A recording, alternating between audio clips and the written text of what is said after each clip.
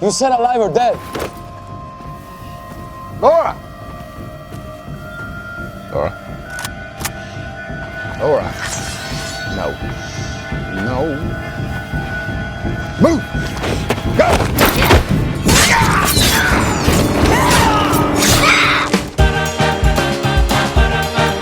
It's the Popcorn Digest with Gareth and Andy. Hello and welcome to another episode of Popcorn Digest. I'm your host Gareth Green, and joining me as always is my full-time co-host and part-time ex-man, Andrew Raphael. Now look, when Patrick Stewart wants to pee, you bloody let him pee. And for this week's episode, we're watching the last film in the X-Men series that anybody actually watched. That's right. We're reviewing Logan. But is third time the charm for this mutant, or is it time to hang up the claws? Find out after the trailer. Logan, what did you do? Charles, the world is not the same as it was. Mutants. They're gone now.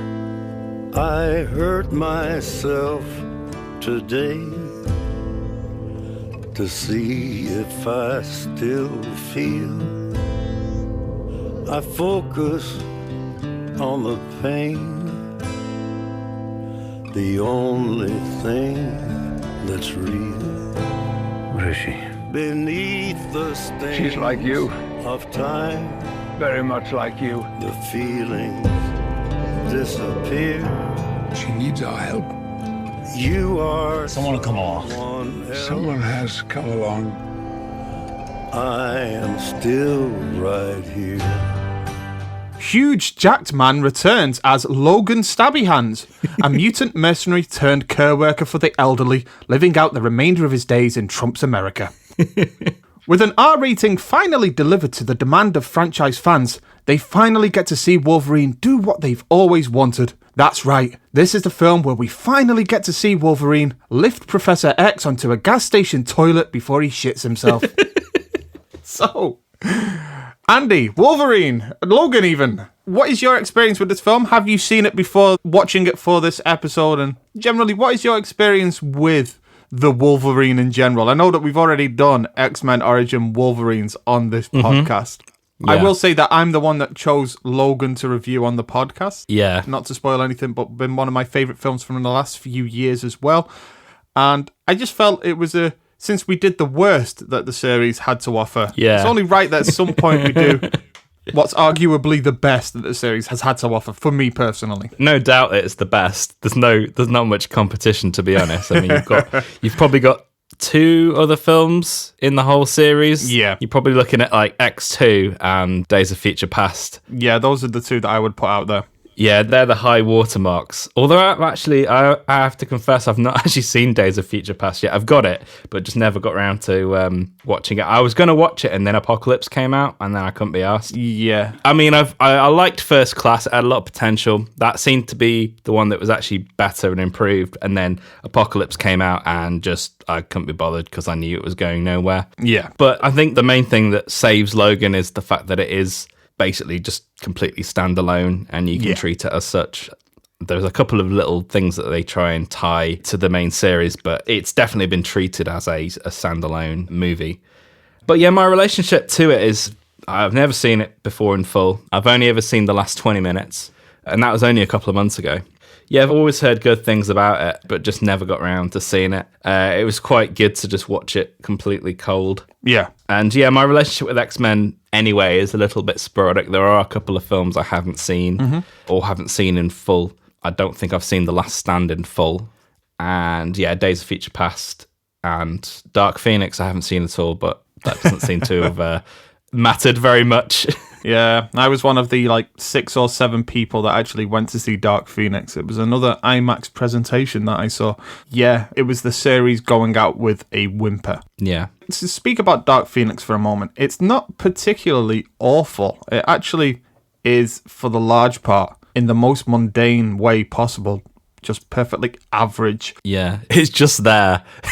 Yeah, exactly. Despite its very troubled production history, it's just, Yeah. I would have rather it have been an absolute train wreck, and that's almost a pun considering that the film does end with a giant train wreck.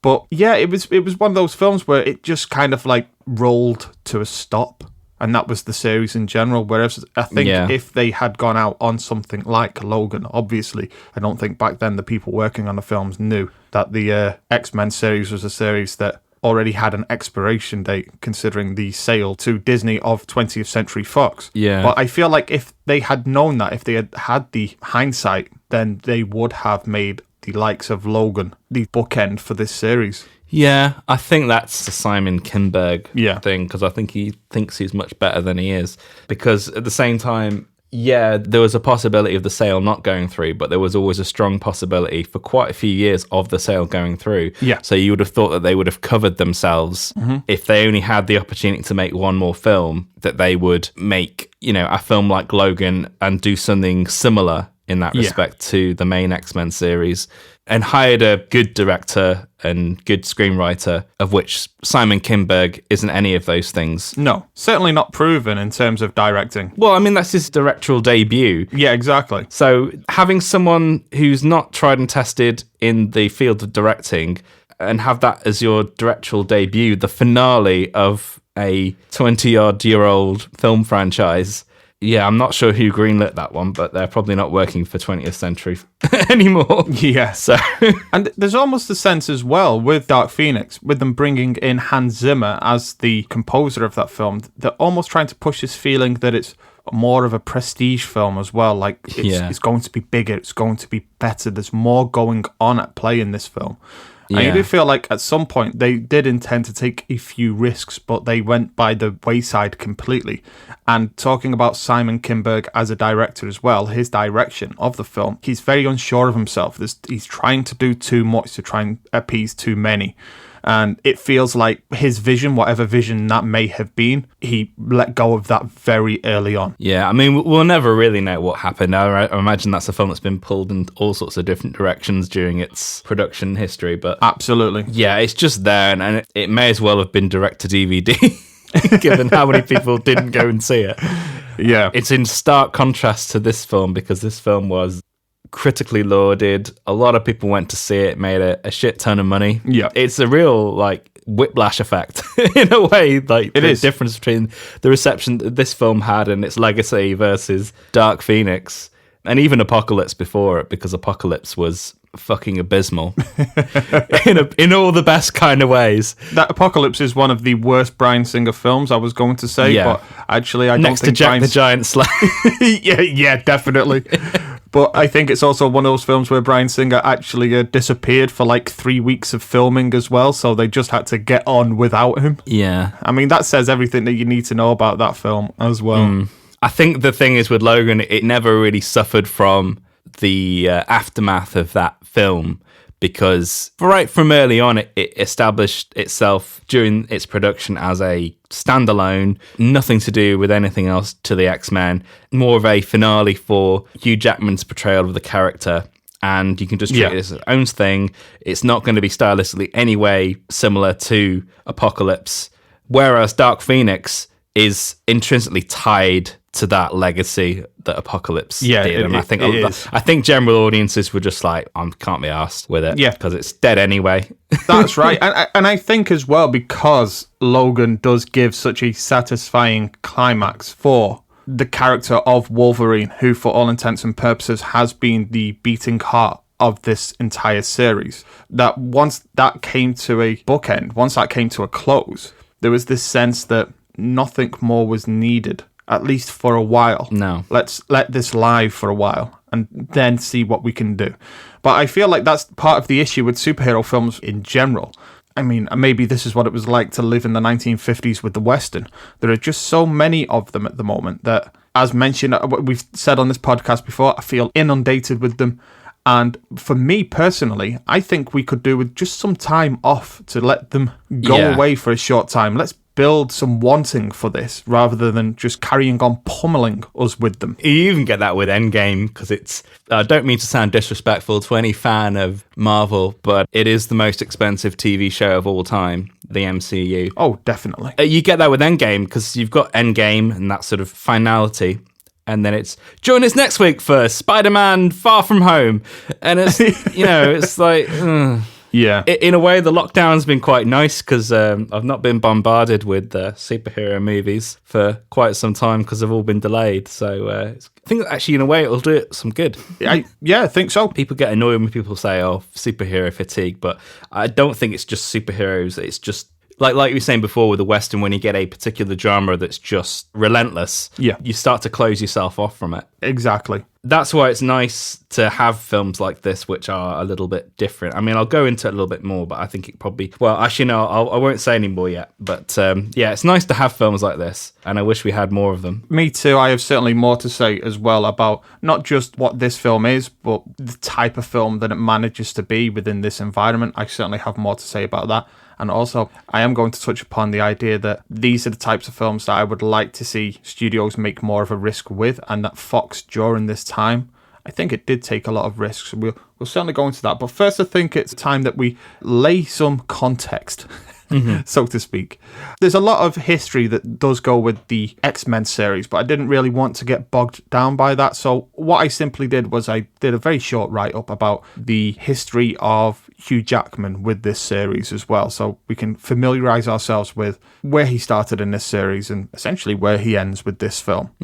Obviously, we have to begin in 2001 with the release of Bryan Singer's X-Men, and that's Hugh Jackman's first appearance as Wolverine. But as mentioned on our X-Men Origins Wolverine episode, he was not originally intended to be the lead in that film. It was Dougray Scott, in fact. Who, you say? Exactly. Some guy called Doug Ray. Dougray Scott. Yeah, so it was actually Dougray Scott, but unfortunately for him, I would say. Yeah, very unfortunately. Maybe fortunately for the rest of us, because I really like Dougray Scott. I think he's absolutely fine as an actor. But having said that, 20 years later, I can't imagine anybody else in this role other than Hugh Jackman. No. It's become iconic for him. If you look at Hugh Jackman, you are looking at Wolverine just as much as you are looking at him. Yeah, I mean, he's so iconic in that role. I would be very surprised that when they do integrate the X-Men into the MCU, that he will appear initially. Yeah. Because I feel they're probably very nervous about recasting that role. When you look at like the earlier X-Men films, and the ones that sort of ran alongside this, some of those recastings for people in the younger roles worked, some of them didn't. Yeah. The one that springs to mind to me is Sophie Turner as Jean Grey, which I think failed spectacularly. No, it doesn't work. Whereas, say, something like, Michael Fassbender as Magneto worked really well. So, like that central pair of James McAvoy and Michael Fassbender is where that film really works. But yeah, Sophie Turner, I remember she did stick out like a sore thumb. Yeah. And I quite like Sophie Turner. She's absolutely great in Game of Thrones. She's given more to do as that series goes on, and then less to do at the end as everybody else is. But that just felt like a real miscast moment. Miscast and underwritten. Exactly, yeah. Yeah, so Hugh Jackman, he was a replacement for Dougray Scott, and Dougray Scott had to drop out of X-Men because there were reshoots required for that famous film that everybody remembers, Mission Impossible 2. The worst Mission Impossible film. The worst Mission Impossible. Can by you a country imagine? mile. Yeah. That is very much a story of Pierce Brosnan losing out to Bond because he still had to record the TV series. Oh, which show was it now? Remington Steele. Remington Steele. They only did 4 more episodes as well.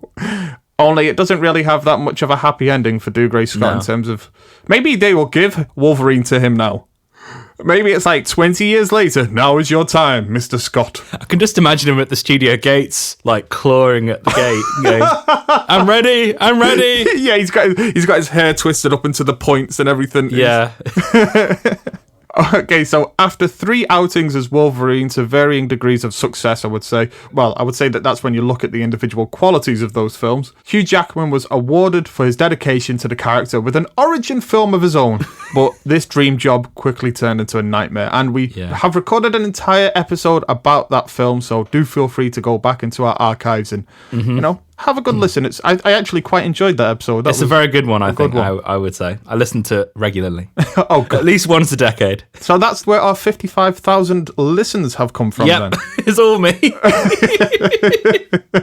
But yeah, that was supposed to be a big series, and it ended up being a series of one. Yes, it didn't just kill his series, but it killed Magneto's series as well. Yep. It killed the series of so many other characters. Yeah. In many ways, actually, by doing the origin films, the standalone films for the individual characters, Fox were kind of ahead of the game in terms of when you look at what Marvel are doing now with their characters. Individual stories, but connected by legacy episodes, you would call them, where all of the characters come together. That's almost what they tried to do, beginning with X-Men Origins Wolverine, but they fucked it up so much that they had to go straight back to point. They had to go revert back to what they knew. Yeah, it's like all the ideas that they had basically just got compacted and wrapped up into First Class. And I will say as well that First Class is probably at its best when exploring the Magneto individual storyline. That whole section of him speaking to the Nazis in the Austrian bar is the best scene in that film, hands down. In fact, when you look at the Magneto scenes in Apocalypse as well, the best section of that film, I lament what we lost by losing that Magneto film, that grittier Nazi hunter Magneto. I still lament that we lost that film. And with Michael Fassbender as well, you had a great actor for that role. Yeah. So after X-Men Origins Wolverine comes out, it's a huge failure, thanks in no small part to a weak script, a lack of vision, and studio interference. We've mentioned Tom Rothman on this podcast before. And you'll notice something as well in regards to Tom Rothman's involvement, that Wolverine series actually finds its feet the moment that Tom Rothman leaves Fox in general as well. So, following X-Men Origins Wolverine, it still makes enough money that they want to pursue an individual, a solo Wolverine film, because people still love that character and people still love Hugh Jackman. So, The Wolverine followed the X-Men Origins, and it's here when the series first brought in James Mangold to the director's chair. And what would you say that your opinion is of The Wolverine? Because I know that you've seen it because we went to the cinema together. Yeah, we did, yeah. It's a funny one with Wolverine. I liked bits of it, but I found the body of it to be immensely boring. And the ending may as well be from another film. Yeah. It feels like it's been like a reshot ending. And they say the villain characters don't quite mesh well with the tone of the rest of the film, but the rest of the film is interesting, but just a little bit dull. The chemistry between some of the actors isn't there. I remember the chemistry between Wolverine and the girl that he's rescuing is non-existent, just not really there. And it kind of just loses me a little bit. So I mean, it's a step in the right direction from X-Men Origins, of which pretty much any film would be, but it wasn't quite there for me. I would absolutely agree with you. You've taken the phrase that I was going to use, and that I think it was a step in the right direction. I actually think looking at X-Men Origins Wolverine, it's probably a leap and a jump in the right direction. Oh yeah. I feel like it does have a director who has a strong sense of visuals, and it has its moments where it really shines, but I think the moment that it shines brightest is in fact the opening scene in which the bomb goes off and Wolverine hides in the well. Yeah. That's probably the most interesting part of the film for me. And I agree with you that as that film goes on as well, the ending feels like I would say that is the ending that fits more in line with X-Men Origins Wolverine than it does with that film. Yeah. But it feels like somebody is working behind the scenes who has a vision, but they're still being impeded by the requirements to hit like studio mandated comic book movie beats. Like you still have to work within this framework. That's what I feel about the Wolverine. That for all that it does right, it also does plenty wrong. I feel with the Wolverine movies, it's like they've been rewriting the same film and getting it a little bit better every time. Because in a way, I feel that like Logan is a slight rewrite of the Wolverine. Yeah. Structurally, it's got some similarities to it. And this is where I'm going to start to show you what my opinion of the film is. But I feel like everything's been ramped up quite considerably in terms of quality and meaning and depth and everything. But I feel like certain elements in, say, the levels of things are actually remained the same from the previous film, but they're just better. Yeah. I don't want to come down hard on the film because I do actually genuinely like the film, but I feel like there's some areas with this film where I still feel there was a little bit studio going on. I feel like this film's been slightly overhyped for me. That's always the issue, isn't it, with these Yeah. type of films, especially those in the 90% Yeah. kind of level on Rotten Tomatoes, is that you always run the risk of overhyping these type of films. But I have a feeling I know what you're speaking about, but I also have an opinion of it that kind of ties into the rest of the film. But just to get an idea, would it perhaps be the subplot involving Richard E. Grant and his inclusion in the film? I would say all of the villains. All of the villains. All of the whole villains' plot Yeah. and their characterizations. I feel that this film is a solid 4 out of 5, Yeah. but it's not a 5 out of 5 for certain things which I think were maybe slightly neglected and could have been fleshed out more, Yeah. especially in comparison to the other elements of the film, which I think were superb. It kind of only highlights that those elements are still a little bit too much in that old world. Yeah. I think the villains are a little bit paper thin in comparison to the main characters. I feel that lacking depth there. Yes, I mean, I don't disagree with you. I think there is meaning to that, which we'll delve into that very shortly, but I think there is meaning to that. I think it's not something that's happened by accident, but I do agree with you that in terms of looking at the villains, with the exception of, I would say, X-23, which has some greater depth in terms of thematics, the villains like Richard E. Grant and his whole role in the film and Boyd Holbrook, they are holdovers from the type of film that would have been made previously. Yeah. Oh, do you mean X-23 or X-24? Oh, sorry, X-24 is... Oh, he's the thing I like the least. I love his inclusion in the film. No, I think he's straight out of X-Men Origins. Oh, no, I kind of sighed when that was there because I'm thinking, oh, they've done that. I genuinely think it's one of the least original things in the whole film. Oh, really? I actually thought I'd seen it in another film because I'm pretty sure they've done something similar to this in the past. And I just found it very underwhelming that they'd done that with a character. It didn't seem to fit in with the world that they created for this film. I think even the look of the thing bothered me because they basically made him look like Sabretooth from Origins. I found that part of it quite disappointing, to be honest. Okay. So I guess that's something that we really get to get our teeth and claws into later in the episode, because I have a completely different reaction to that character in particular. What I will do, just to give the very final bit of context as well, is the Wolverine came out and it was a much better success story for the Wolverine as a character. It made more money and hit with the critics better. It still wasn't an amazing film and nobody regarded it as such, but in terms of popcorn entertainment, everybody was fine with it. And then X-Men Days of Future Past soon followed, boasting a strong central performance for Jackman once more, although I would say that in that film he is somewhat sidelined around the midpoint and then comes back into it at the end. But the demand was still there for Jackman to do a Wolverine that did greater justice to the character, and people wanted an R-rated outing for the character at that. And the big difference is at this point, I think it is, or just before Days of Future Past, is the point in which Tom Rothman leaves 20th Century Fox.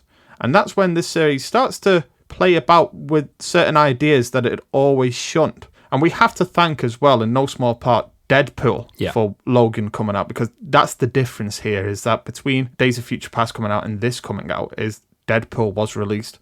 It had an R rating and a modest budget of $58 million. And it went on to make like $800 million worldwide. And that just gave Fox the confidence to go the extra mile with their next Wolverine film. But also, not just Wolverine, I think it gave them the confidence to do other things and greenlight other films as well. Shortly thereafter, work began on Logan with the same director and one of the same writers behind the production. It was promised as an R-rating outing with imagery that lent into a famous X-Men comic called Old Man Logan. But I would say that this turned out to be not quite what fans were demanding, and I would say it's all the more better for it. People were always asking for the Berserker Logan, the unfettered rage Logan, and this gives you something, I would say, far more melancholic. It's a lot more interested in exploring the sadness of this character as well.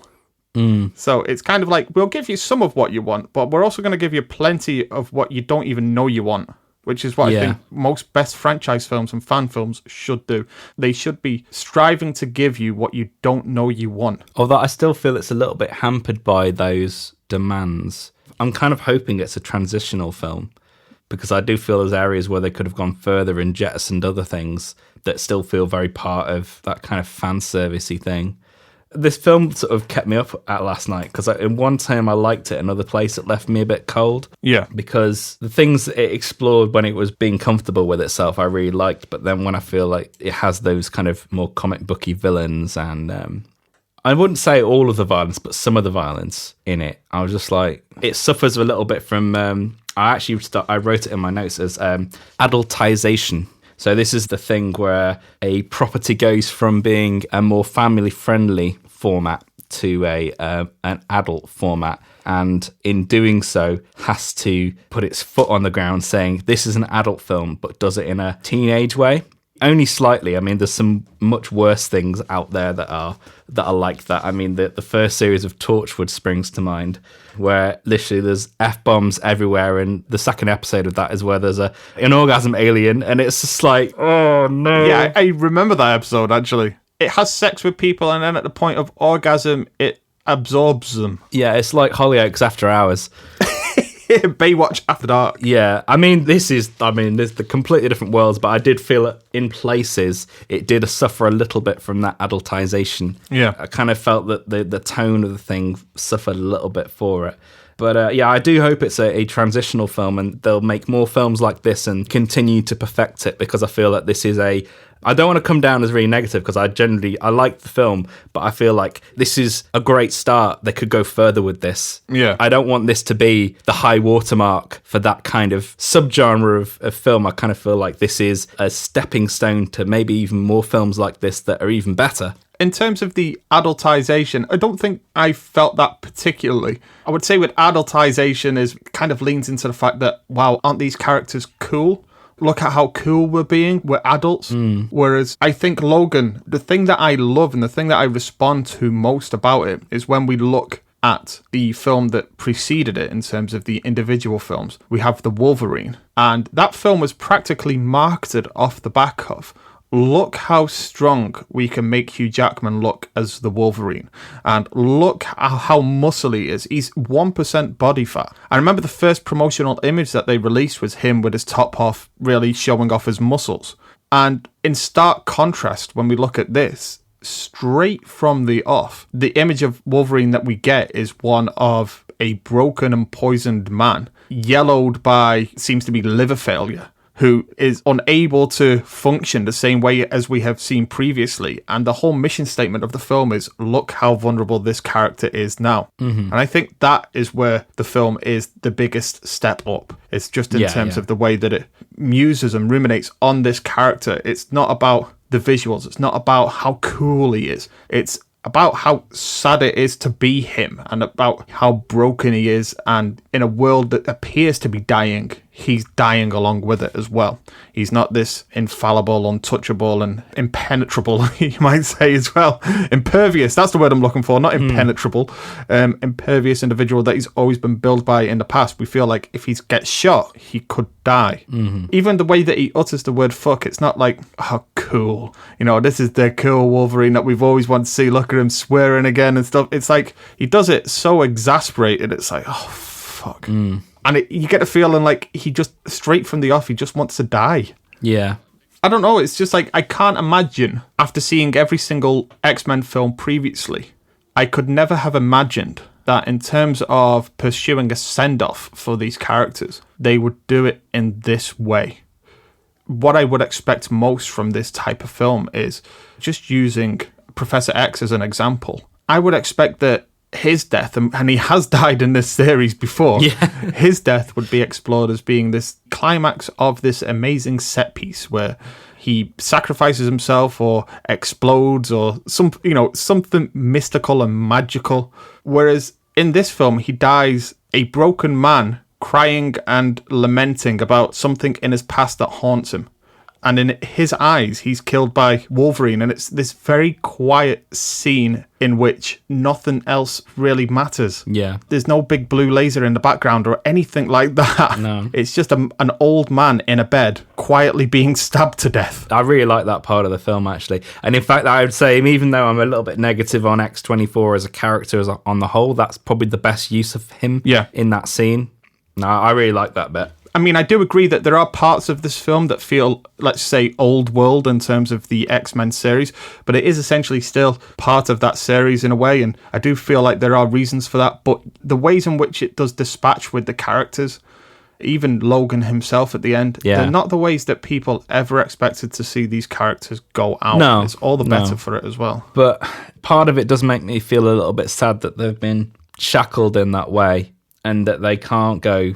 I don't know, even their acquisition by Disney may make it harder actually than with Fox, because Fox towards the end of its independent life was starting to become a little bit more daring. Exactly. But I just hope that this isn't like the only example of this kind of thing, because like I was saying, I kind of hope it was more of a transitional thing and it would get even better, because I think it was a strong start for this kind of superhero film. Yeah. I love a good breezy superhero film, but there's a time and a place for that, and I don't think they all have to be like that. Yeah. And there's definitely a place, and has been proved that there's a place for a film like this, and I kind of just hope that a studio decides to do more films like this and is able to go even further. Yeah. And not be shackled by the conventions of the genre and the format, because although I think they were able to do that with these central characters, these main characters in many ways, I generally think that what Hugh Jackman and Patrick Stewart were doing in this film was pretty amazing. Yeah.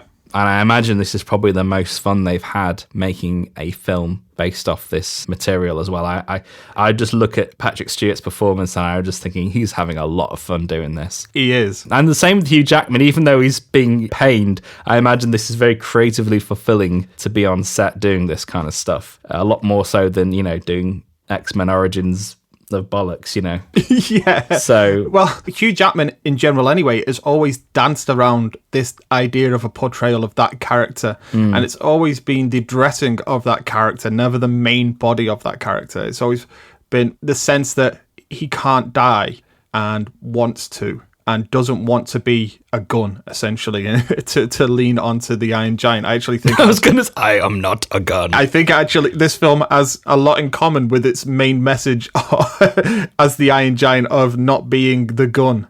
All of the other films, or previous films in the series, that's been the dressing of that character. That's never been the main body, and this film makes it front and center. This sadness that's involved with that, and is wanting to not be this thing. But going back to the R rating as well, I think the main thing that it does afford this film as well is something the series has never had, and that's real consequences of violence. Yeah.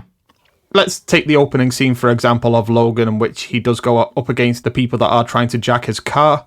In terms of stabbing people, it probably has just about as much violence as the scene in X-Men 2, when Wolverine stabs the soldiers that are storming Professor X's mansion. But that scene has no consequence whatsoever. There's no feeling to anything he does. Although he has knives for hands, you never feel like he's actually killing people or hurting people. He's just simply stopping people. Whereas I think this film, straight from the off, makes it its mission statement to say that there are consequences to these violent acts. And not just the physical consequences, like people are going to lose their arms, they're going to lose their legs, and it's not nice to look at. But also, in terms of the thematics of the story, it's the consequences that follow him for this life of killing people, and the violence that he brings with him to other people as well. Like we mentioned, the farmhouse family, the Munsons. Where he goes, the violence follows, because that's been his life this whole time. Literally, in terms of, we actually have a physical manifestation of that in this film. He brings it with him and releases it on the world around him. I think that's why we portray this world as well as being one that is dying, one that is kind of on the fringes of something happening, like something big happening. There's a distinct lack of humanity, I would say, in the world that it portrays. And it's also been somewhat prescient as well with the whole border drama as well, and the capturing and caging of kids. Yeah. That has been something that has unfortunately come into play as well. But yeah, I think the R rating has afforded them real consequences, and to bring consequences to others.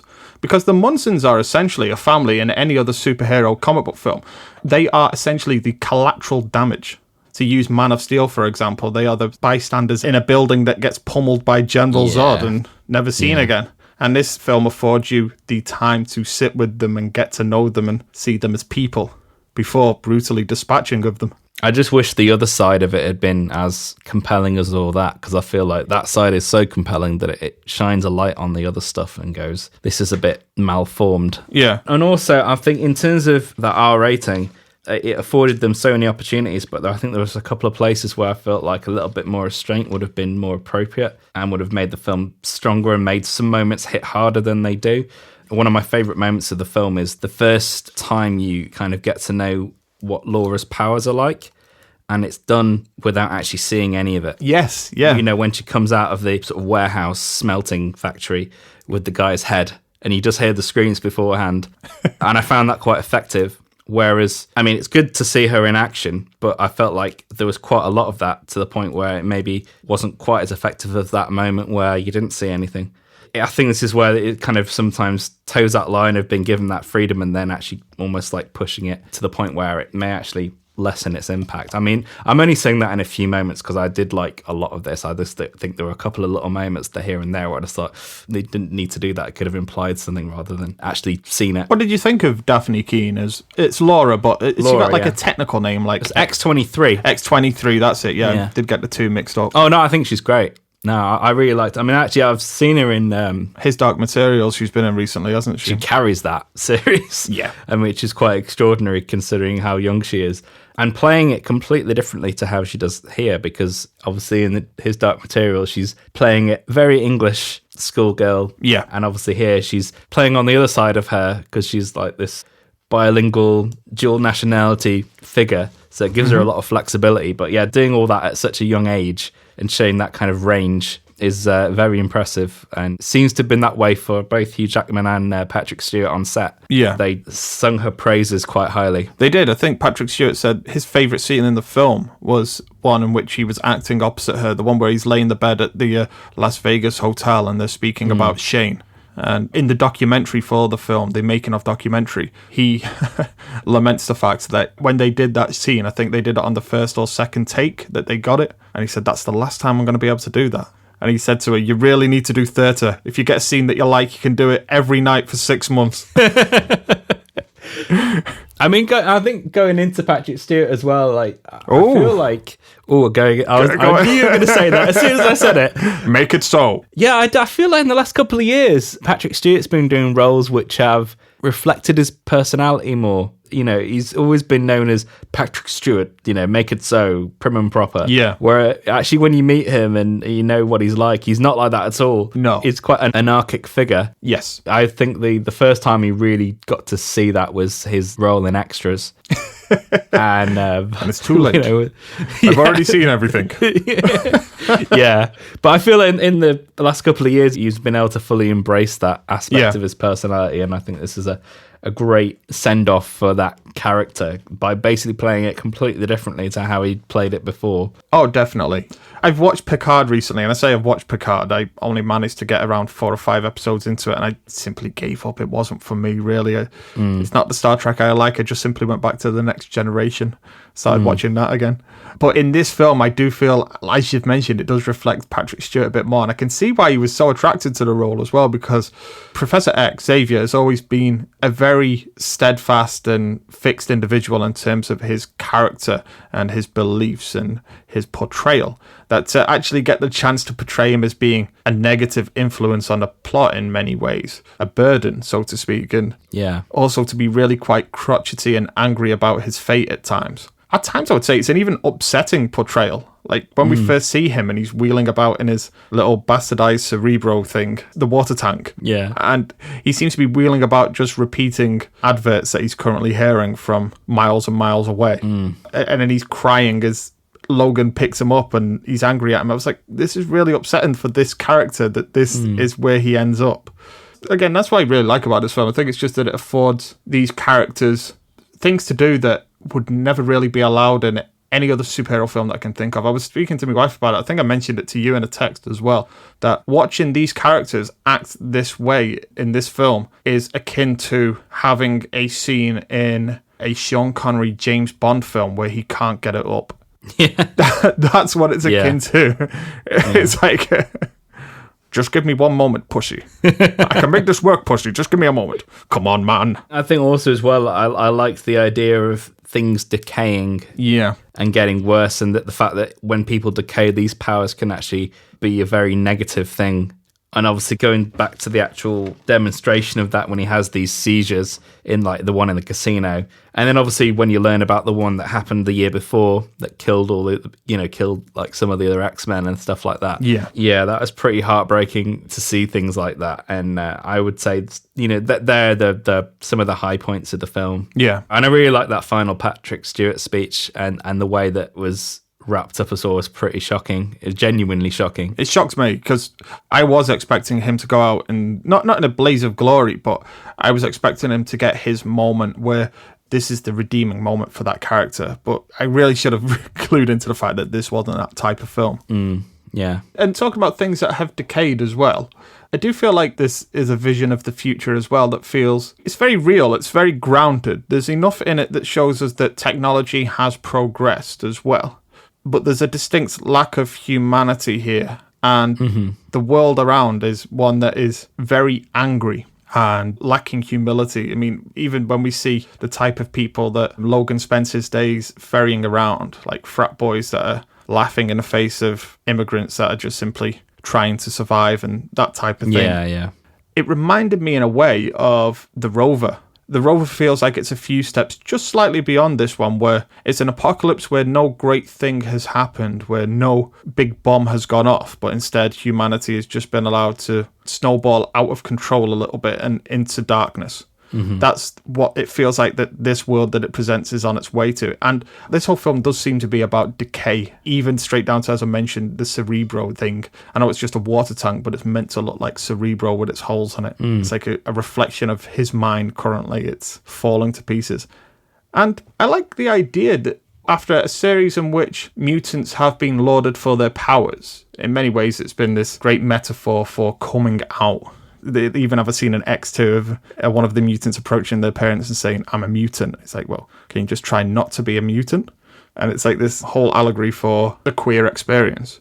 But I like that in this film that they take what's been regarded as being special in previous films and they make it what's killing these people. Like every mutant that we see, their powers are actively a negative for them. Wolverine no longer really has the ability to heal, and he's being essentially poisoned by the adamantium within his body, he believes anyway. Yeah. Professor X is being destroyed by his brain. The greatest power that he's ever had is this magnificent brain, and now it's destroying him and has the potential to destroy many around him and the people that he loves.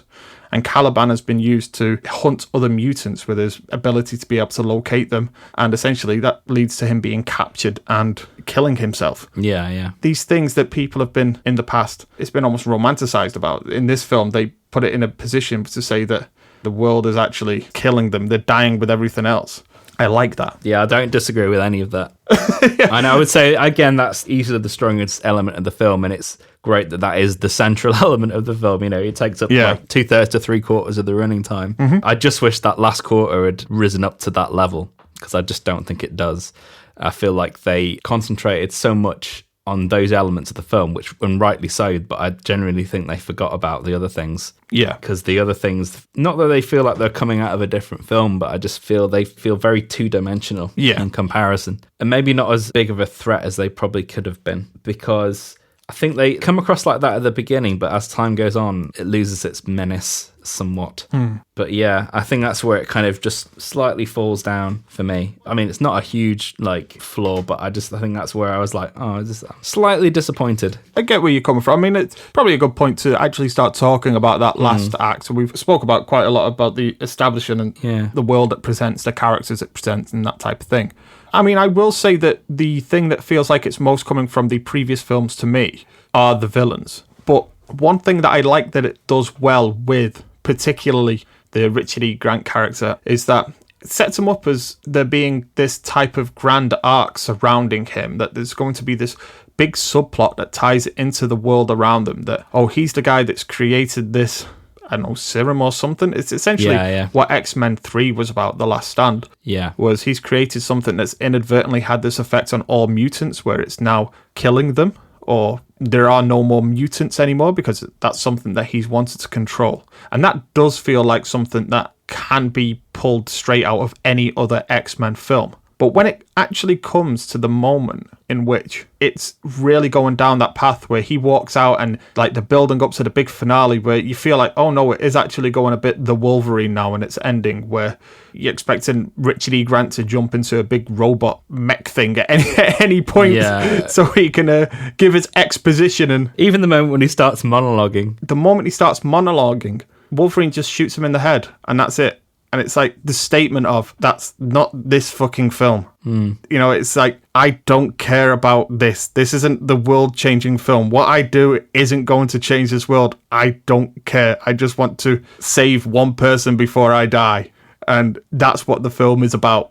And I like that in this moment, the Richard E. Grant character is dispatched with such almost like flippancy and disdain from a filmmaking point of view that I can't help but feel in a film that has subverted expectations all the way through, taking characters and done something completely different with them. I can't help but see that as intentional. Like they're taking this stock character from another film and not really giving him the time of day to really get his point across or to have his big moment. He exists there to really get the plot going. But when the film is threatened with becoming that type of film, they just simply shoot him in the head. And it felt like a statement moment for me. I remember I was quite shocked when that happened. And it has the effect of, it does make him feel diminished in many ways, but I think that's also very intentional because at that point, this late in the film, they don't want to take attention away from the things that are going on with Logan and X-23 Laura at that point as well. And that's what I liked about that. But I do agree that the villains are the most X-Men prior type of characters in the film. And I also agree, I quite like Boyd Holbrook in the film. He's fine. But I quite agree that that character is rather two-dimensional as well. Boyd Holbrook, I think, is the love child of Charlie Hunnam and Tom Felton. And had the great misfortune of starring in The Predator after this. Yeah, that's really bad. Yeah. He's not really given much to do in that film as well. I'd say he's fine in this film. He's really good in Narcos as well. Yeah, I'd say that role in particular is rather underwritten anyway. I like his robot hand. I think that's pretty well done, actually. Yeah. But yeah, the character as a whole is a little bit bland. Yeah. Especially when he's playing off all these other characters. It just emphasizes it more. Yeah, I completely understand and get what they were doing with that Richard E. Grant character. And I think, they even hired Richard E. Grant on purpose to do that kind of character because, Richard E. Grant just exudes campy villainousness. I mean, I saw Richard E. Grant in the street in Richmond once carrying some M&S bags. I was just thinking, what it would have been nice to have gone, what's in your M&S bag, Richard E. Grant? And it was like, I'm having sausages for tea and you can't stop me. I've gone to M&S by mistake. Yeah, because he's just that kind of a figure. So I get why they would have hired him for that kind of shtick that he has, then he's known for. They've essentially hired him for Star Wars Rise of the Skywalker for that role, unironically. Yeah. I think I just wish they would have done something more in the middle because I kind of felt that thread was set up really well in the two phone clips. What's her name? The nurse. I forgot what her name is. She's basically exposition lady. Yes, she is. Because I liked how the lack of battery life in the phone broke up the exposition. Yeah. In an ironic way. Even though it's exposition, it was handled quite well and it was quite heartbreaking. And I liked as well, it looked like it was generally shot on a phone. Yeah. You know how some films where they show phone footage and it's obviously been shot on a really expensive camera and degraded? Like an Arri Alexa. Yeah, this actually genuinely looked like footage that would have been shot. So that was quite refreshing. One of my pet peeves in movies as well is when they show you footage from a previous scene that's supposed to be CCTV footage or phone footage, and it's just what they shot in the previous scene. It's just that really bothers me. There's a horrible shot in The World Is Not Enough with CCTV footage where it's a crane shot of the casino in Zukowski's casino in that film. Yeah. And it's a crane shot going down, and then it cuts to CCTV footage of the same shot. Yeah, exactly. It's horrible. It's genuinely horrible. And it's even more horrible because it's not even consistent because when they go back to it, it's normal CCTV footage. There we go. And it's like... Yeah, I don't like that. I don't like that whatsoever. No, whereas this is really good. In fact, the one thing I did write down, which I kind of knew why they would have done it, but I wish this film would have been shot on film. Yeah, I mean, I think that about a lot of films. I agree. I think it would have particularly lent itself as well, especially when they're making so many comparisons to a film like Shane. Yeah. And you've got this kind of gritty desert environment and everything feels like grainy and dirty. I kind of felt like they should have shot it with like dirty film. That's it. There's only a realness that real film stock brings, like that real grain. It grounds a film for me. And digital films, they can add the amount of digital grain that they want, but it never feels real. It always seems digital. Yeah. And I think that this is what this film lacks as well, is that image that has that grain texture, that integrity that lends itself to the very films that it's leaning on, the likes of Shane and Unforgiven. And for a Western, it is just lacking that something that could really be given to it by having it shot on film. Yeah, I absolutely agree with you. And I think that's an issue as well these days, is just because it's essentially seen as being harder to shoot on film as well now, because you are limited in the amount of takes you can do and that type of thing as well, because you need the film. Whereas with digital, you can really shoot to your heart's content until you get what you want. Now, I can see why they shoot on digital, because it's easier, but it still looks, for me personally, it still looks better on film. It's not even in the look. I think it's even in the motion, of how it captures the motion of things. Yeah. The film felt a little bit rough around the edges in places where I could feel that digitalness coming through. Yeah. It was only at certain moments, but I was like, oh, didn't feel right. It felt a bit TV.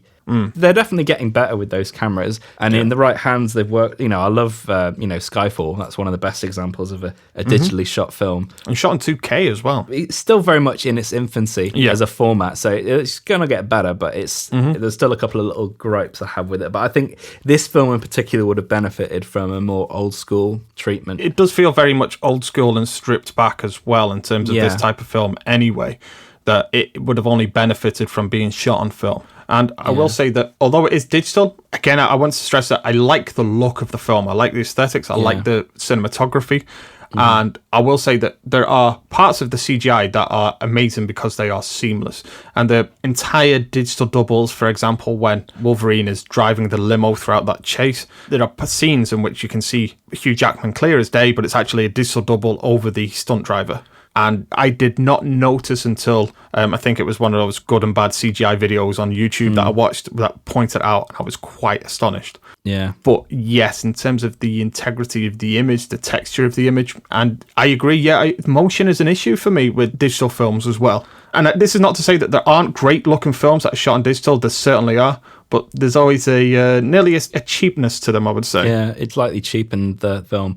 There's a couple of bits where I feel like, the camera's not captured that right. Yeah. I've not seen the black and white version of the film. I'm not sure whether that's like any different to the colour version. I read online that a few people have said that it's the better film, but it wasn't a film to me that was screaming out to be in black and white. But it's strange, isn't it, that we're getting all these films recently, these very much strong director-driven films like Mad Max Fury Road and like this, and even the likes of The Mist, which is an entirely different type of film.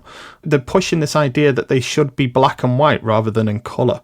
And they regard them as well as the superior versions. I think George Miller certainly regards Mad Max Fury Road in black and white as his superior version of that film.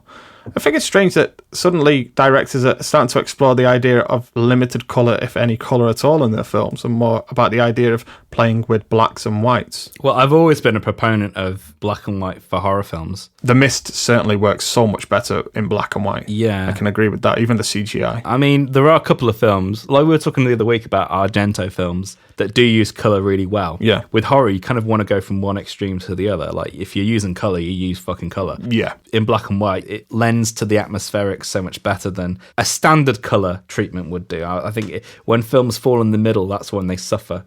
I think with horror especially, you need to go one end or the other. Yeah, like make a statement. Or go grainy or something, like Texas Chainsaw Massacre. Oh, yeah. Is unnerving because of its graininess. Yeah. And its kind of lo-fi-ness. Well, it makes it feel more like a documentary. It's shot in the way that a documentary would. Whereas a lot of horror films, they just kind of fall in the middle visually. They're not as exciting as they should be. For example, you've just mentioned Texas Chainsaw Massacre.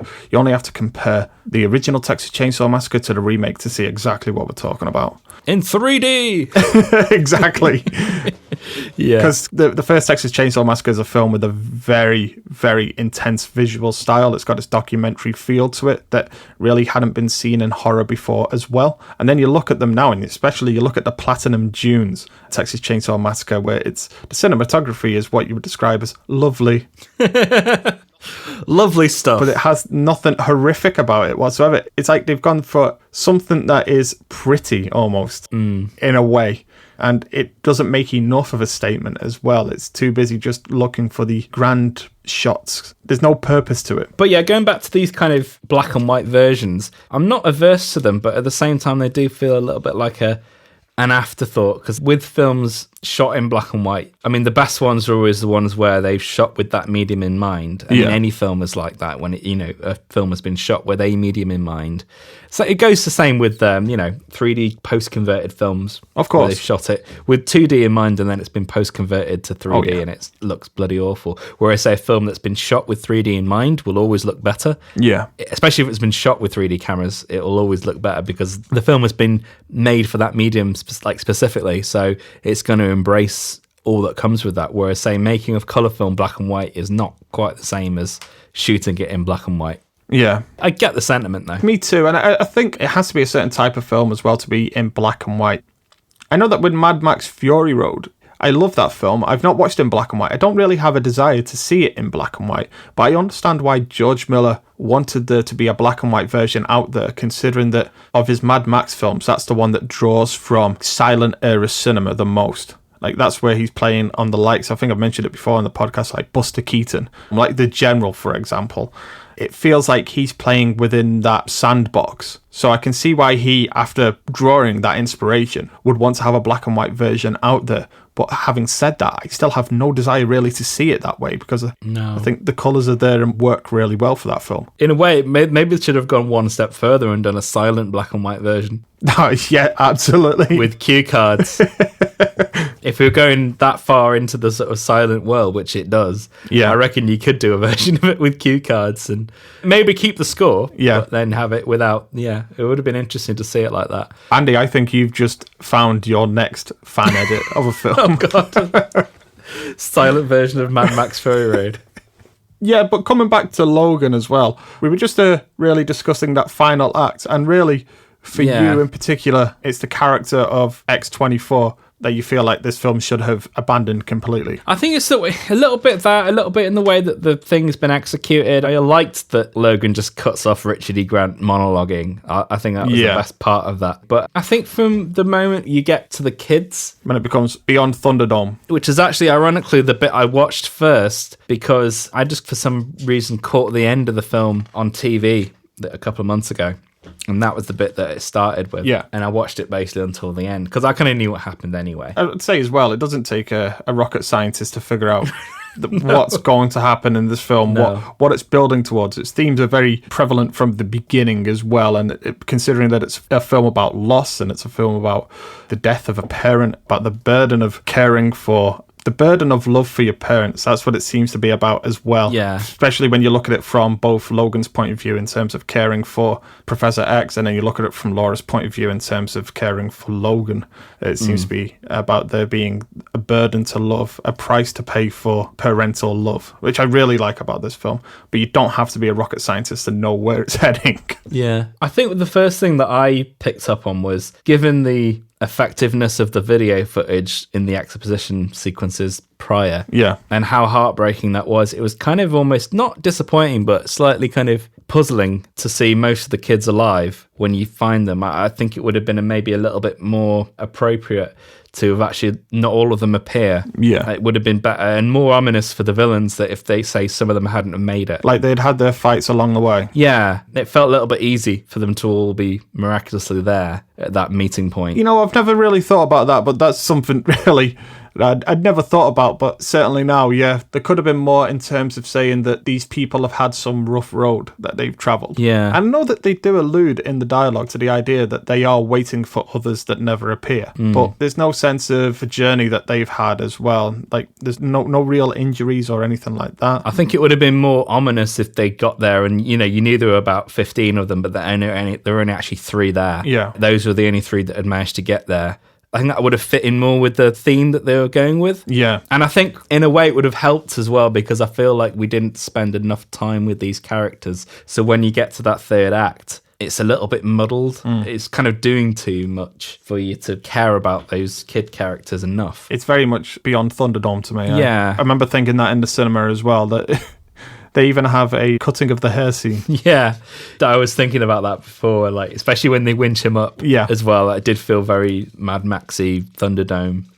Yeah, I just think in terms of the way that last act, which feels very short for a last act as well, considering all the build-up. Yeah. Yeah, I think it's just some of the staging of it I didn't particularly like. I think that's where it fell down a little bit cinematically for me. I felt some of it was a little bit too straightforward looking. Mm-hmm. And again, yeah, I like the kids using the powers, but it may have been more effective if there'd been less kids. There was just something about that third act that wasn't satisfying. Just didn't quite gel with you. No, it didn't quite gel. I think maybe it's James Mangold in endings, because the same thing happens with the Wolverine, but on a much more disastrous scale. to this. Even like the way, say, Boyd Holbrook's character is killed, it didn't feel satisfying enough because there weren't enough connections between those kids and that character. Other than the flashbacks. Yeah. I just felt there was a little bit of connective tissue that was missing. Yeah. Or something that he could have even done in the scene to say one of the other kids, like maybe one of the other kids should have died in that sequence to make that element ring more true, because it did feel a little bit unsatisfying. Yeah. Although I liked the effect of what they did. It was a bit of a strange one. It doesn't quite... No. It's 95% of the way there, but it doesn't quite nail it on the head. I don't have the issues that you have with the final act, for reasons that I'll explain very shortly, but I agree with you wholeheartedly that I think that the demise of Boyd Holbrook in particular is very anticlimactic. There's a book I read about Psychology for Screenwriters. You don't have to have read this book to understand this, but it poses the idea as well that a villain that has been prominent throughout the film should have a death that is appropriate to his amount of villainness.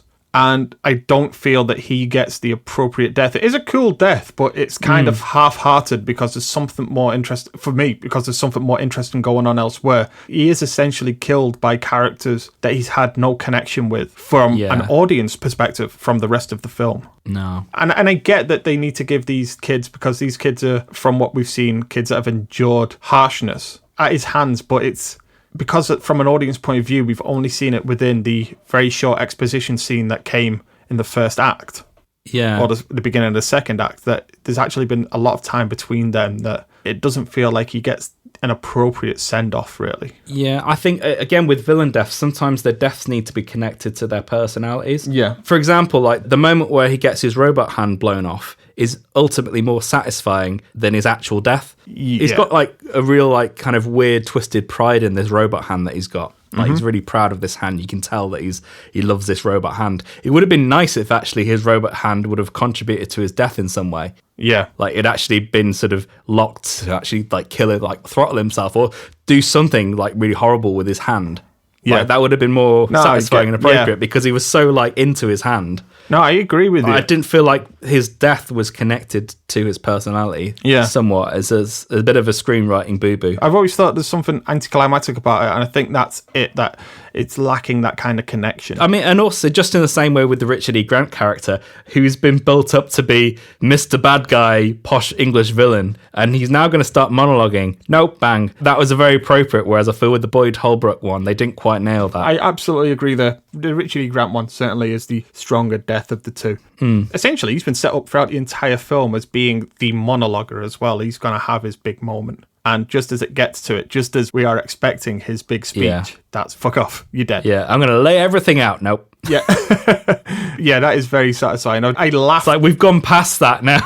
It's like we've gone past that. It's too late for that now. Yeah. Everything's fucked. It doesn't matter anyway.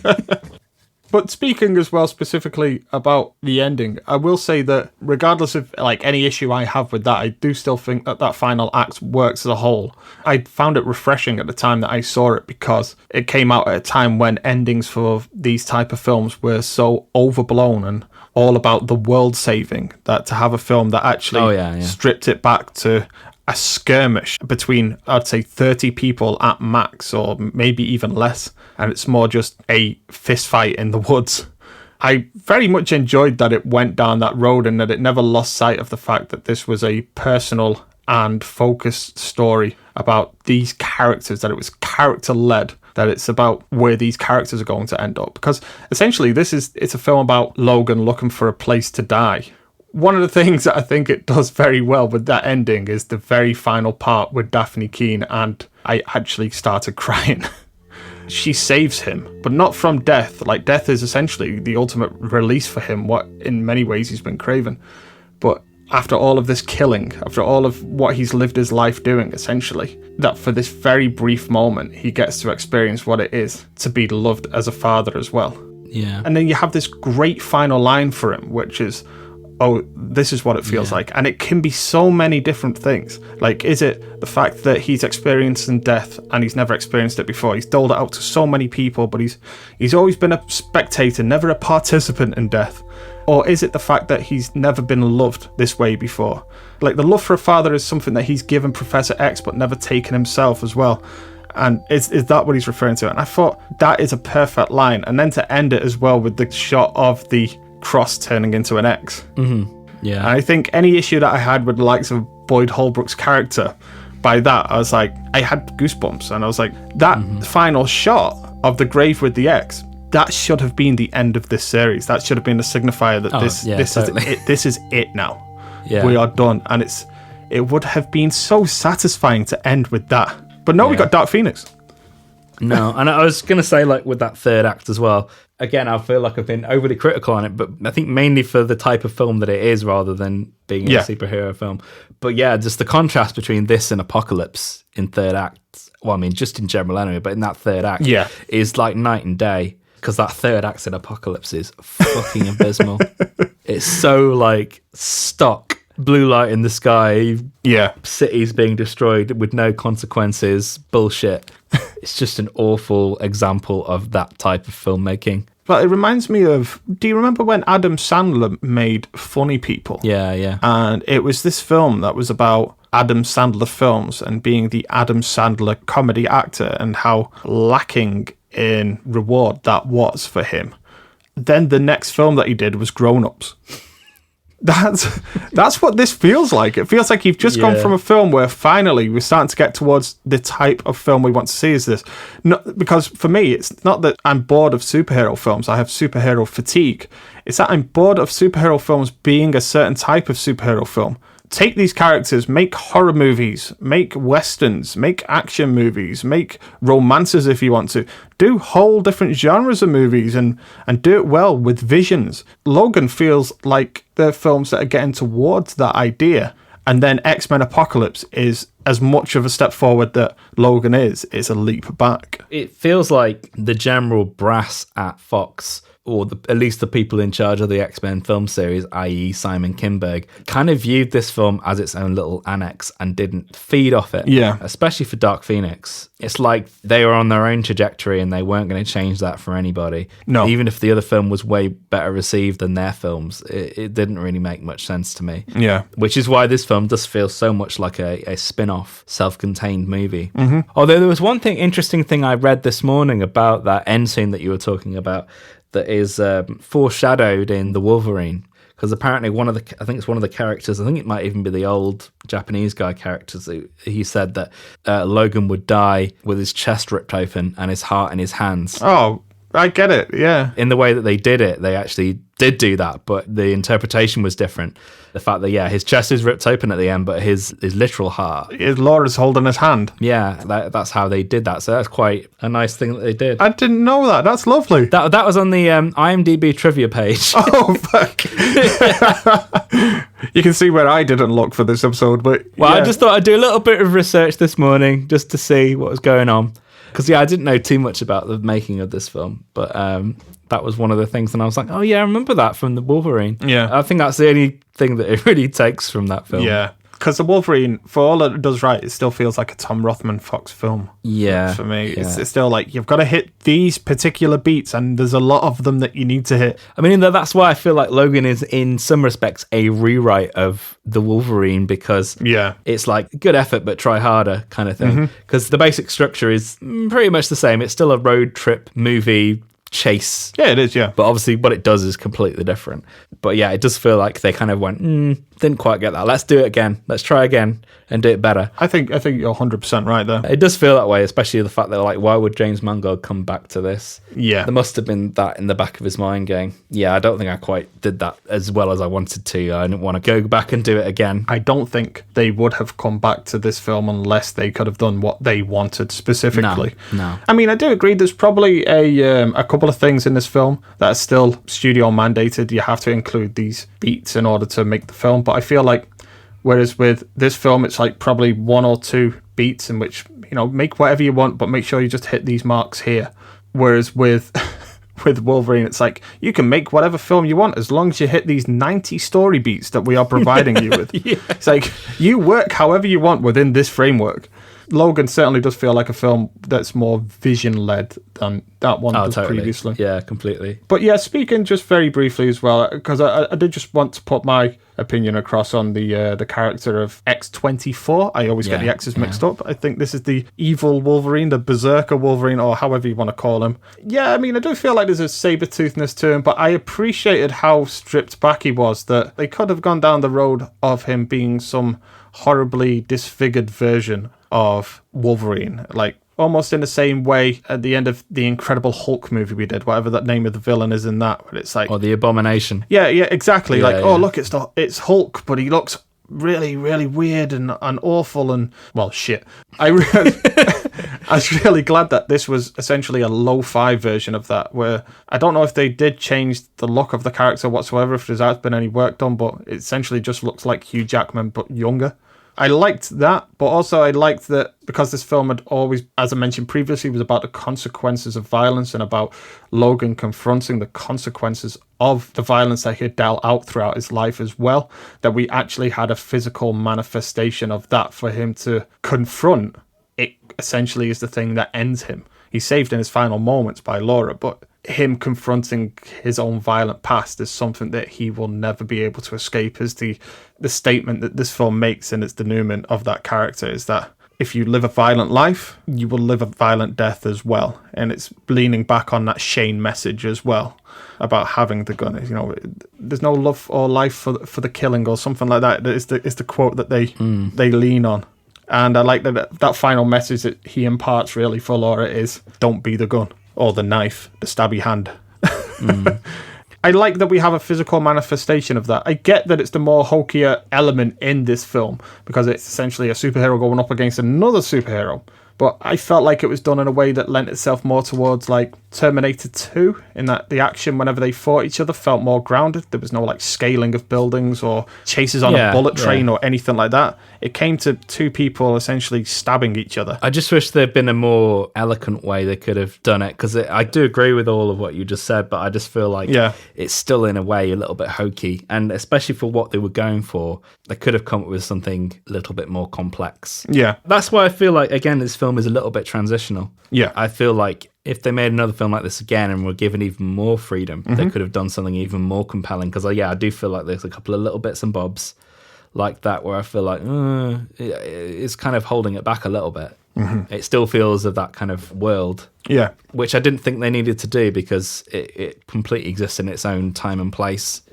I think even when I watched it just the last 20 minutes like on the TV, when I saw that was one of the elements of the film, I was like, oh, they've done that. I don't know, I think it's just because I've seen that kind of thing a few too many times. I mean, I do like that they handle it much better than a lot of other films, but at the same time I've still seen that loads of times. I mean, I agree, but I think if there's a character really that, if you do it with any character, I think Logan is one that really could do with confronting his violence in that way. And it is a comic book movie. I think now as well, because I think we've talked about Logan for quite some time, I'll just provide some stats and facts as well about the film. So just moving on to the critical reception for the film, it has a Rotten Tomatoes score of 93% with an average score of 7.93, so like an 8 out of 10. And the consensus is Hugh Jackman makes the most of his final outing as Wolverine with a gritty, nuanced performance in a violent but surprisingly thoughtful superhero action film that defies genre conventions. And it has an audience score on Rotten Tomatoes as well of 90%, and the IMDb score is 8.1, so it's quite high across the board I'd say that the lowest point being really the average Rotten Tomatoes score, even though it has 90. This is the very thing that you were speaking of the other day on a previous episode, was that it has a Rotten Tomatoes score of 93%. That doesn't mean that it's going to have a average score that reflects 9.3 out of 10. No. It's 7.93, so it's more like an 8 out of 10. And personally, I would say maybe an 8 out of 10 is appropriate. I still think quite a few films are rated far too high. Yeah. You have to think about cinema across the board. I think an 8 out of 10 is very good for this film. Yeah, I mean... And I think 8 out of 10 should be seen as being really good as well, rather than being, oh, it's not quite 10 out of 10, is it?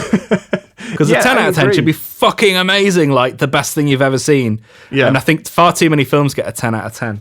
I think we live a very binary way now in terms of our reactions to films, which you can only have really good or bad films. You can only have the best films or the worst films, and there's no space for the in-between. Yeah. And although I can certainly see Logan as one of the best superhero films, I actually agree with you. I think my score, if I was to give it out of 10, would be somewhere between 8 and 9. But not quite 9 and 10. Yeah. Because I love this film and I think it is thoughtful and it does a lot right. But there are just those little moments like Boyd Holbrook's character, I forgot his name, someone like Pierce, is a proponent throughout the entire film. That he does feel very background and secondary though. I feel like if they had given that side of that particular character more dimensions, then that film would have stepped up. And I also agree that we don't get time really to get to know the other children. But yeah, I agree. I love this film, but I still think it's somewhere between an 8 and a 9 out of 10. 8.5, let's say. Yeah. I mean, that's the thing. We were talking about the binary world. Like, in a binary world, I would hate this film. It's fucking awful. And you'd be like, oh, no, it's the best thing ever. You know, exactly. I can't fault it. And that seems to be the way a lot of film criticism, especially on social media these days, is portrayed, whereas, like, maybe I'm not quite as enamored of the film as you are, but I still think it's good. I think it's a good film, but you maybe like it slightly more than I do. But we're having a constructive conversation about the merits and faults of the film, and that's how it should be. Exactly. I think it's because of the social media effect as well. Everybody has their soapbox, and the people that are heard the most are the ones that have the strongest opinions. So it's almost like encouraged to have a strong opinion one way or the other. It's not good enough to say that a film is a 5 or 6 out of 10 and it be just okay. Also, just in terms of the box office for Logan, it had a budget of 97 million, and the North American box office came in at 226 million, and the worldwide box office was 619 million. And that puts it at the highest for any of the Wolverine films, despite the R rating as well. Yeah. Wolverine Origins, the X-Men Origins Wolverine, had 373 million overall worldwide, and the Wolverine worldwide was 414 million. So it's quite considerable amount more, 200 million more in fact, than the film before it. And I think it speaks volumes when you compare it to the other X-Men films that are out at that time. Yeah. Apocalypse and Dark Phoenix, because they made significantly less, especially considering their budgets as well. Yeah. I mean, I know Apocalypse, did that do about 500? I think it did, yeah. I think it was around about 500. But I think its budget was twice the amount of Logan's, at least. And then Phoenix comes out, Dark Phoenix, and that had around about the same budget as Apocalypse. And I think that only made something like 250 million, if that. Yeah. Which is, it made a quite significant loss. But at the time, the studio had already been sold off to Disney. So essentially any money that had been spent on the film had already been written off. So they essentially just let it die. And to be honest, that was the right thing to do with that film. Comparatively, Logan's numbers have much more in common with Deadpool's numbers. Yeah, it does. And I think Deadpool did slightly better, but still around that ballpark. It did, yeah, because Deadpool's budget, as I've mentioned, 58 million, and it made 800 million worldwide. But actually, just my final thoughts on this as well. And they're not actually going to be my final thoughts on Logan, because I think I've spoke about that enough and about what I really respond to with that film. Yeah. But my final thoughts really are about Fox Studios in general, or 20th Century Studios now. And when the big sale came, I felt like we were having something of a renaissance. Not in terms of maybe the quality of the films, but in terms of the films that were being chosen to be made under the Fox banner were far more interesting than what any other studio were doing with these types of budgets. And I just want to go through some of the films that were being released at that time.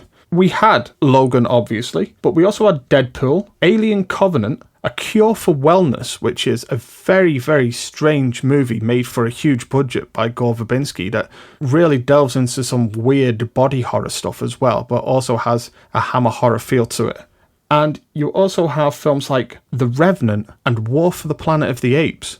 And it feels to me that even if these films didn't all quite succeed, they were doing something interesting They were exploring different avenues in series that something was already expected of them, and they were doing something different, and they were taking risks. And unfortunately, since the sale of Fox to Disney, there's been no inclination that that is something that they're still willing to explore.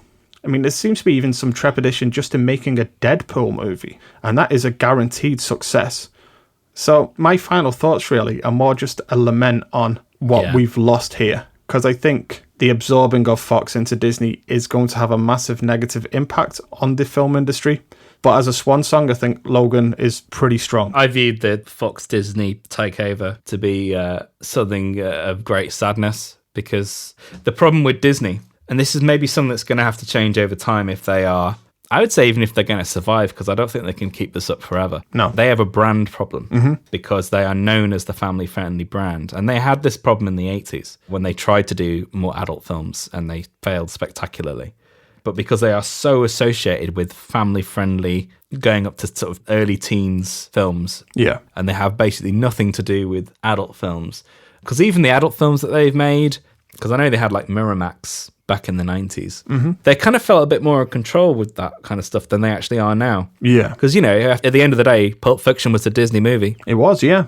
So was Con Air. Yeah. In a way, it's even more so because their brand, especially since the Disney Plus thing, their brand is so focused in those areas of Disney, Pixar, Marvel, Lucasfilm. Yeah. Which are all family-friendly things. The acquisition of Fox doesn't make a whole lot of sense outside of their rights to these Marvel characters. Yeah. But everything else doesn't make any sense. To the point that people are theorizing that they're actually going to sell off a lot of the properties because they have nothing that they can do with them, because there are rumors out there that series like the Alien series are going to be more explored on Hulu as a TV series. But like, you expect me to not just have Disney Plus, but an entirely different subscription to another service that you offer just for a different type of film. That seems incredibly backwards to me, and it's going to fail. It's set up primed to fail. Yeah, this is the big contention I have with this whole Disney Plus Hulu thing, because I know that there were some things that were being set up to go on Disney Plus which have now been moved to Hulu because they've been deemed too adult. Yeah. And also properties that have been hampered. I know even just something stupid like they wanted to an update of Lizzie McGuire as she would be now. And they didn't want that because they just wanted how it was originally. But obviously Lizzie McGuire's got a lot older. So they've got this weird dichotomy now where it's like the brand is so established, but at the same time it's not established because they don't know what to fucking do with all these things. And everything has to fit into this narrow field in order for it to be accepted into Disney Plus. And everything else just gets chucked into Hulu. It's weird. So that is the death of cinema that we've discussed today. Okay, so I think that's it for this week's episode of Popcorn Digest. It's a quite long episode at that as well. Yeah. So I have one fun fact. Oh, one fun fact. Let's bring it back. So James Mangold, his first credit was as a co-writer for the movie Oliver and Company. The Disney film Oliver and Company. Yes. It's the circle of life. Yeah. There we go. That's my fun fact for today. Okay, so next week, I'm sure you'll be bringing plenty of fun facts for next week's episode, since it is your choice. And we will be reviewing, what are we reviewing again, Andy? Toys. Oh my gosh. So essentially, for me bringing you cats, you are now punishing me by bringing me toys. That's okay. So join us next week when Andy and I will be playing with our toys. But until then, it's bye from myself. I'm sorry, I've forgotten what I was doing. Oh, look. I need to pee. Sorry. This feels very much like it's going to fit right into toys. Yeah. Thank you for listening.